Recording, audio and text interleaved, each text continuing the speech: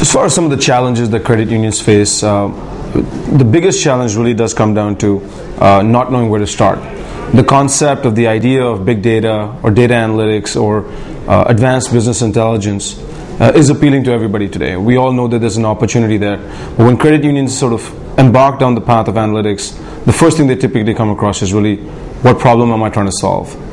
Understanding where they're trying to go, what they're trying to achieve with analytics is sort of the key point to entering into that field. Once you do start figuring that out, there's numerous other challenges. Finding the right resources, that can be a huge challenge for anybody. In general, we know that there's going to be a shortage for good analysts in the future.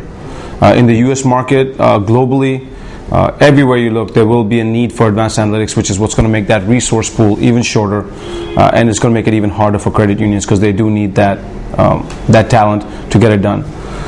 The other thing is really understanding what data they have. Analytics is only as valuable as the data that goes in. So, it's a situation where sort of finding that starting point and understanding the opportunities that exist within that data, but also really realizing the potential that exists within that. So sort of almost doing a intake or review of the data that exists in-house. In addition to that, the starting point, so like I said, understanding what problem you're hoping to solve, kind of blending those resources, the data, and coming up with that solution. So coming up with the game plan to address the problem that they're trying to solve.